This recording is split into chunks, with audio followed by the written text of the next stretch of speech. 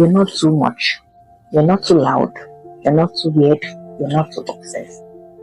Alright? So, today I'm going to be discussing with you ways in which you can come to love the real you, even if you think you're weird. So, this video is everything I wish I knew when I was younger in my teenage years. And it's a gentle love letter and a reminder to anyone out there who thinks they are too weird, too emotional, and not enough. Hello, my name is Hessa. I study social welfare and minority in guidance and counseling, and I volunteer in community by mentoring young ladies. So, if you've ever felt too much, too intense, or too all over the place, this is a video telling you that you're not too much. You're not too intense. You're not all over the place. You're just exactly enough. Question time. Who has ever looked in the mirror and gone, is this even the real me, or is it the goblin version society has forced into adulting? Well, same. We've all been there. You know what is wild. For the most part of my life, I didn't even know who I was. I was just morphing and shape-shifting based on who I was with. With some, I was the smart one, the wise one. With others, I was the funny one, the wisecracker, the laugher. And while with others, I was the carer, the nice one, the mama bear type personality, and the mediator. But when I was alone, it hit me. Who was I? Who was I trying to be? Where was I going with my life? And did I even like people that much? Like, people drain me, but yet I feel myself trying to help them, trying to make their lives better. Yet I feel drained at the end of the day when I'm alone in my room, wondering where I was going with my life and what I was trying to do with my life. But one day, my brain, in all its ADHD, messy glory, paused mid-scroll and went, wait a minute, why was I trying so hard to be someone I'm not even sure I like? To be someone I'm not even sure I would be proud of a few years down the road. And then it hit me harder than an early morning meeting that I absolutely forgot. Let's get real for a moment. Like, a lot of us grew up feeling that we had to hide the part of ourselves that was not quite normal, you know? We had to hide that part of ourselves. We had to rearrange that part of ourselves that felt too weird, not quite the norm, not quite what everybody around us was like. So we had to hide that part. We had to mold it into what society wanted. We are too loud, or maybe we are too quiet, or maybe we are too obsessed with random things that nobody else seems to care about. And we're too awkward in social situations while other of our peers were thriving. Different things that other people didn't seem to get or didn't seem to understand what was happening to us, and it didn't seem quite normal because nobody else was reacting the way we were reacting. Weird isn't wrong. Let's get with examine weird from a normal perspective. Weird isn't wrong. Weird isn't too much. Weird might just be what leads you to greatness. Let me tell you about some of the people who have been called weird in history and made it work for them and turned out great because of it, or changed the course of human history because of weird. Okay, let's talk about Nikola Tesla. Nikola Tesla was someone who was obsessed with the number 3. He fed pigeons like royalty and hated touching human hair. But he invented the tech behind modern electricity today. Let's talk about Leonardo da Vinci. Da Vinci wrote backwards in his notebook, and he studied dead bodies for fun. And turns out, he's now the ultimate symbol of genius and creativity. Now, let's talk about Lady Gaga. Lady Gaga showed up in a mixed dress, but now her fearlessness and raw talent made her a global icon, the beautiful, beautiful woman that she is. All these people, they weren't normal. And thank goodness for that. Weirdness isn't the opposite of worth.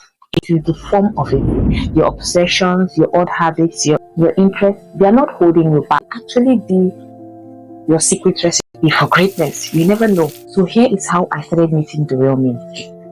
I stopped pretending I was productive 24/7. I stopped pretending I was strong. I stopped pretending I had the energy to laugh and crack jokes when I was feeling down, empty, and drained. I asked myself what I actually liked.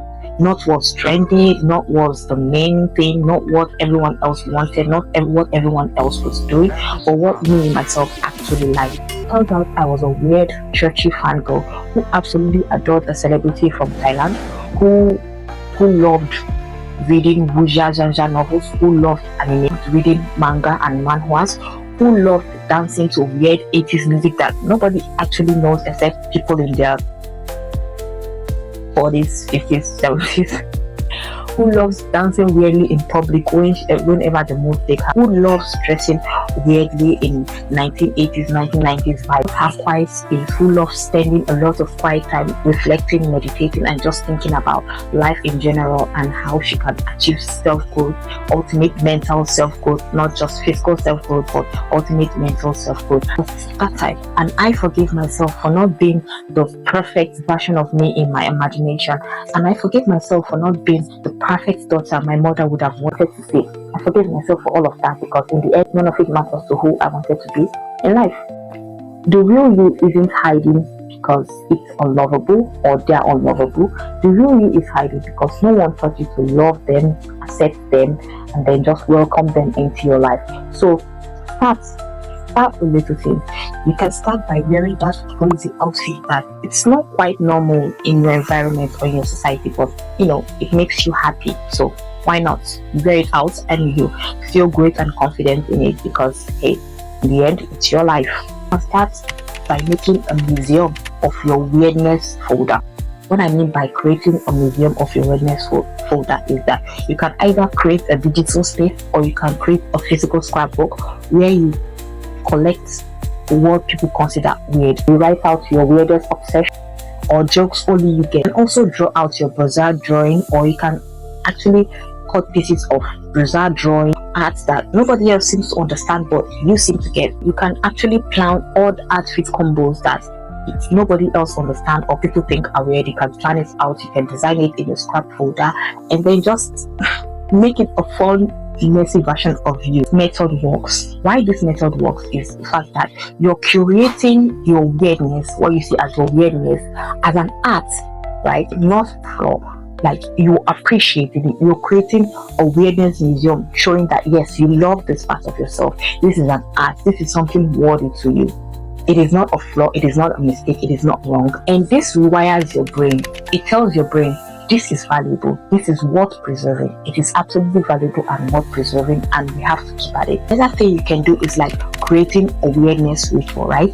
Like for me, one thing I started doing was creating a weirdness ritual dance, like where I do a groove dance. Like not actually do it when I want to start my work day, but you can actually do it when you want to carry out a daunting task or task you feel is scary or a task you feel you're not up for it. You can create a little ritual. It can be like a superhero chart of transformation. Like if an avid anime watcher is watching this, you realize in Bleach there's this Bankai.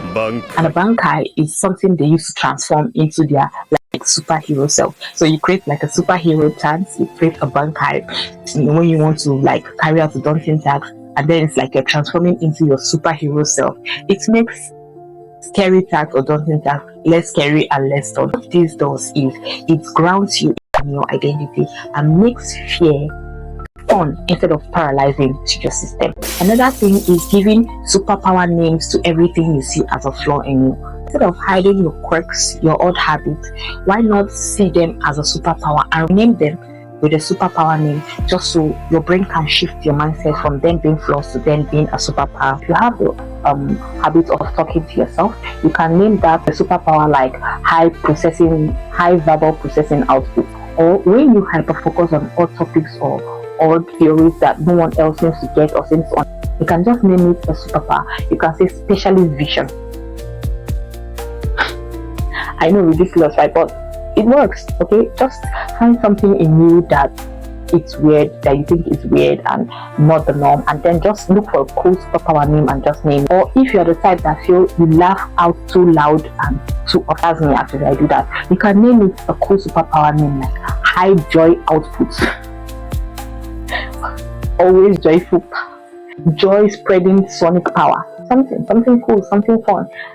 Your imagination is little. Have fun coming up with names. So why this method works is the fact that naming and reframing what you see as weird or quirks in you rewires shame into a sense of pride, because you're giving yourself your own language in a way you understand, a language that would make you love your own strangeness. Like running a weirdness test in public. Do one small non-harmful thing in public, like wearing socks of different colors and then just wearing shorts with it and maybe a standout with it, and then see how people react. Or like saying or singing a line from an animation or cartoon that nobody around you would get, or nobody around you does. Or like wearing this 1970s costume and dancing badly to 1980s, 1970s songs on the street. Or you can go to a tree and start talking to trees and start talking to plants around you. Hey, you would notice what happens. Nobody cares. Nobody actually cares. Like, I was so shocked when I discovered this. Nobody actually truly cares. Okay, when you meet the right people, right? The right people might actually smile at you, smile with you and at you, and just smile and shake their head. They are the right people. But other than that, the rest don't care. They are going about their lives, chasing their business, chasing whatever they're doing. They don't really have time, nor do they actually care. I was actually shocked when I did the test and I realized, wow, you can be as weird as you want. People don't really care. They have way too much going on, way too much stuff for them to actually care. When you do things like this, it trains your nervous system to unlearn shame and to slowly let go of awkwardness. Like, it took me a long time to actually come to the camera and talk. But the more I did it, the more I realized, hey, and it's easier than I thought. It trains your nervous system to unlearn shame. So from today on, give yourself the permission to love the real you. To let the real you come out into the world and shine its light into the world. Give yourself that permission. Give yourself the permission to love the real, weirdly, wildly quirky you, because you are perfect. If no one told you today, I'm telling you, you are not too weird, you are not too messy, you are not too emotional, you are not too loud, you are not too upset. You are you. You are beautiful, you are enough, you are glowing, and you are going to do great when you let that part of yourself come out and shine.